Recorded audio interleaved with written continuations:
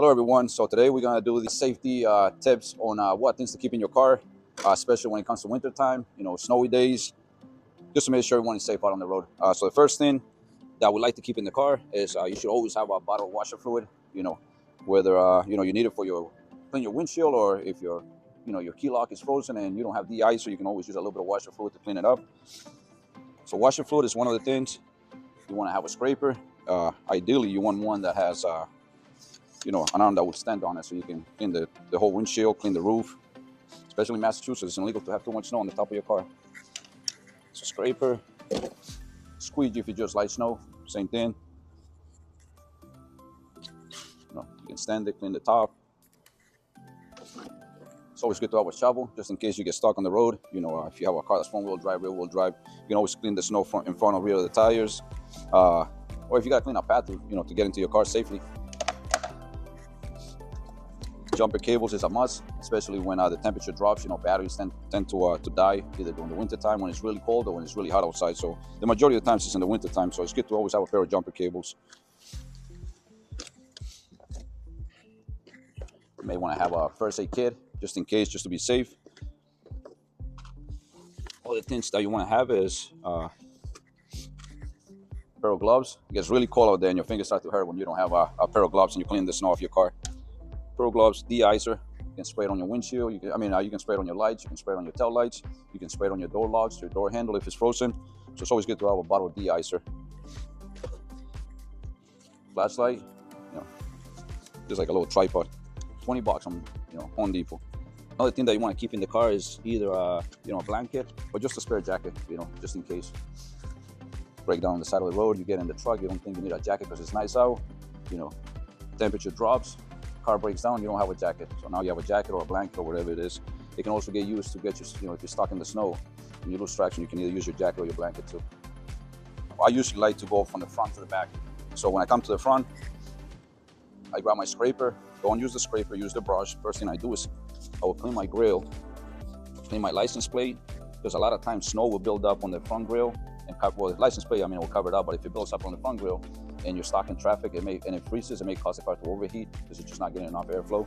So once you clean that, I come to the headlights, same thing. Only use your brush, clean the headlights.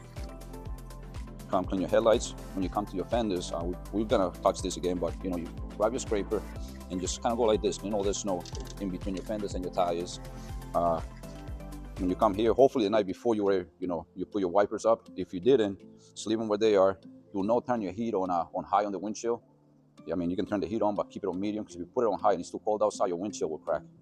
So kind of keep your heat on on hot, but medium speed, and just make sure that the wipers are free before you lift them up. Because if you try to lift them up while they're frozen to the windshield, you're gonna rip the little blades apart, and then you're gonna have to replace them. But let's say the wipers are free, you go ahead and lift them up.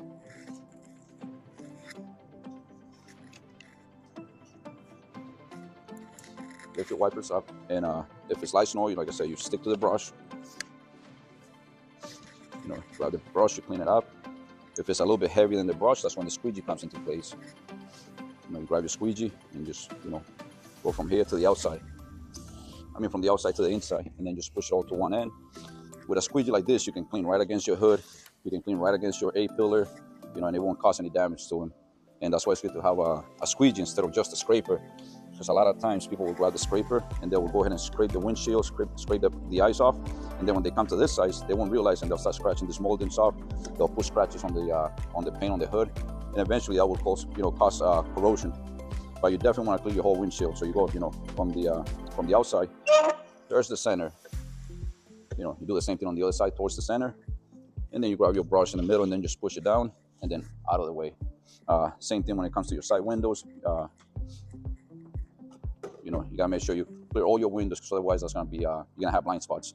So if you don't clean this side of the window, there could be a car here, there could be somebody trying to walk and you won't see them. So it's very important to clean the windshield as much as clean the side windows as much as you clear your windshield. Clear your mirrors, side windows. Same thing. You move to the back, clean your back window, clean your tail lights, because you wanna make sure that if you step on the brakes, people are gonna be able to see that you actually stepping on the brakes and slowing down. So clean your back lights, clean your tail lights, and then clean your license plate. Another thing that you want to think about having is like we touched on the first video is de-icer and washer fluid.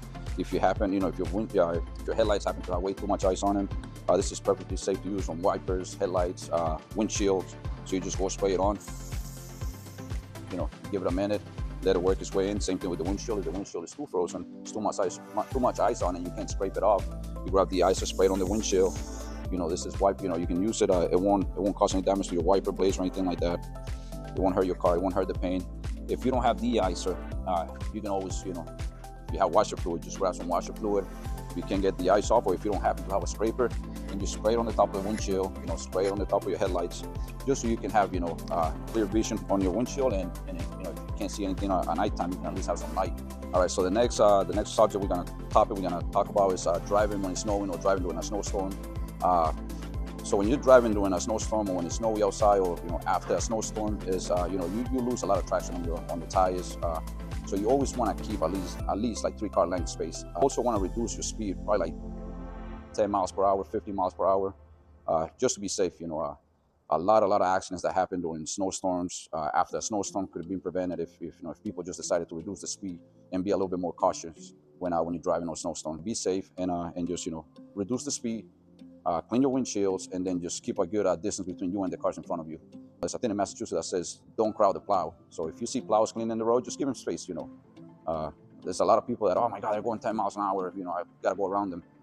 There's no need for that, Wait the 10 minutes and save yourself, maybe years of of issues. So just give them space, let them clean the roads. I mean, if you're late for work, but, you get to go back home safe. Probably the most important thing that you have to check when it comes to the winter time, when it's snowy outside, when it's icy outside, is the condition of your tires. So you always want to have good tires for the winter time, whether your car is front-wheel drive, rear-wheel drive. If you have a car that's front-wheel drive, you want to put a set of snow tires on the front if you can, if you don't have good tires. And if you have a car that's rear-wheel drive, then you want to put them on the rear of the car, because that's where the traction will be. So a snow tire, this is not simple of a snow tire. The way a snow tire is built, the rubber on it is softer, so it's more grippy. And then the pattern design on the tire is made so it pushes the snow and it pushes the water out. So as you're driving, this will contact the ground and it will push the water out to the sides, and it will give you traction. The thing that's really important is the tire pressure. So this here is a tire pressure gauge. This tire pressure gauge reads from 10 to 75 psi's. Most of the cars usually are between 30 and 40, give or take. You can buy this at any store. I mean, you can buy it at a CVS, you can buy it at a Walgreens, AutoZone, any of the stores. You come here, you take your valve stem cap, if you have one. Make sure it's all the way down.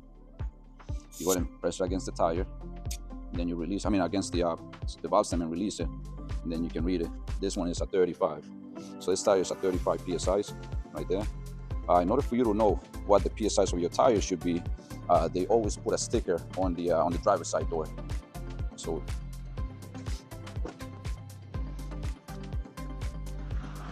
on this Lexus, all the stickers look pretty much the same on all the cars. On this Lexus, your sticker is here. So this will show you your tire, your front tire, the size of the tire, and the pressures you have when it's cold. So it says cold tire pressure. This one should be 36 psi's. It has 35, which is not bad. And on the rear, this one is 36 also. Even though it's a different size tire, because it uses a 225 on the front and a 255 on the rear, it uses the same amount of pressure in the tires. Tire lights do come on more often during the winter time, because when the cold is, when the air is colder, it gets more dense, so it drops the pressure. So that's why it's always good to adjust.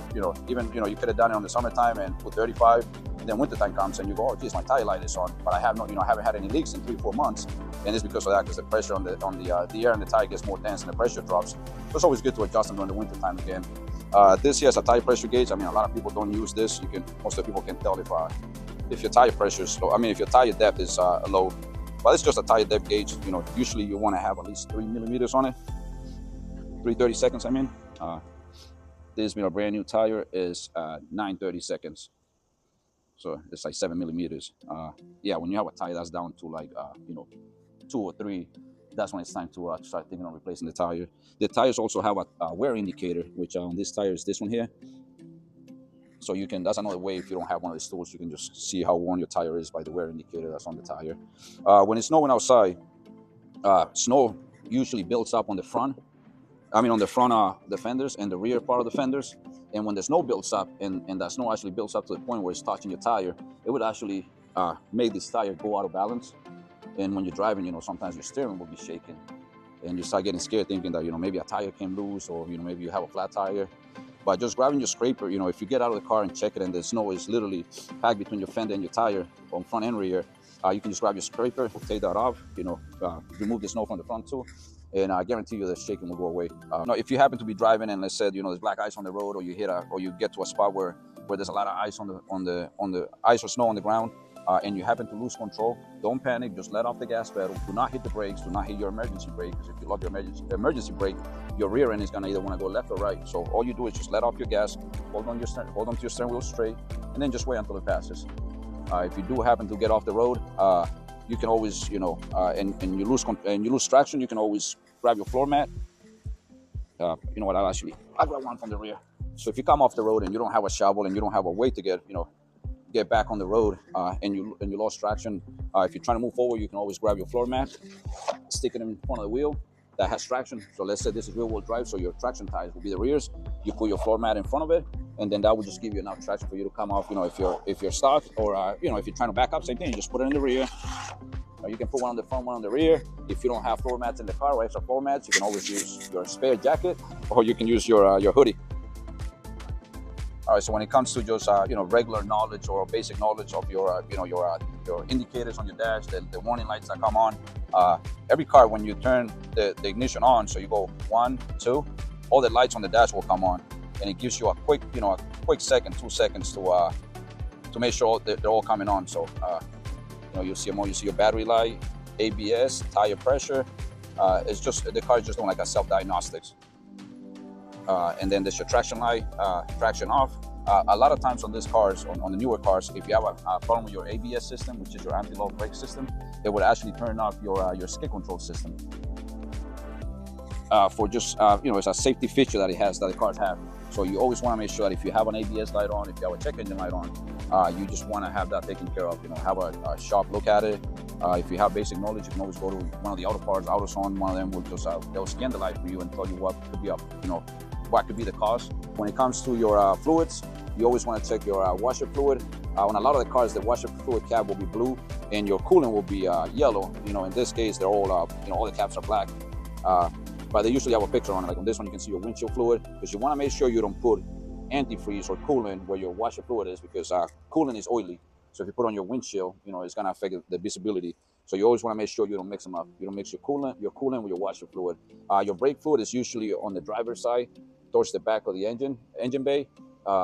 You don't really have to touch it unless you have an issue where the brake light comes on. You can always come and look at it. Air filter is something that you should replace at least twice a year.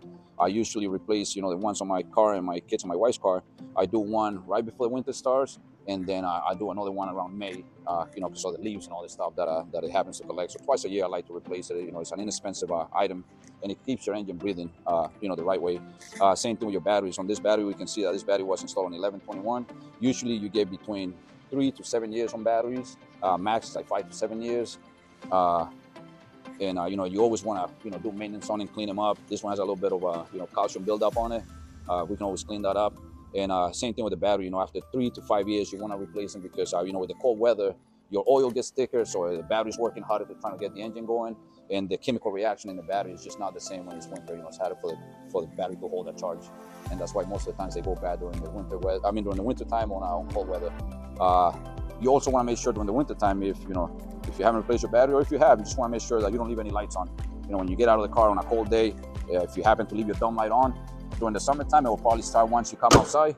During the winter time, it may not start. It just takes something like that, just like a dome light, to just drain your battery. And if you know that it's gonna snow, the next day, it's always just a good habit to just grab your wipers and just put them up.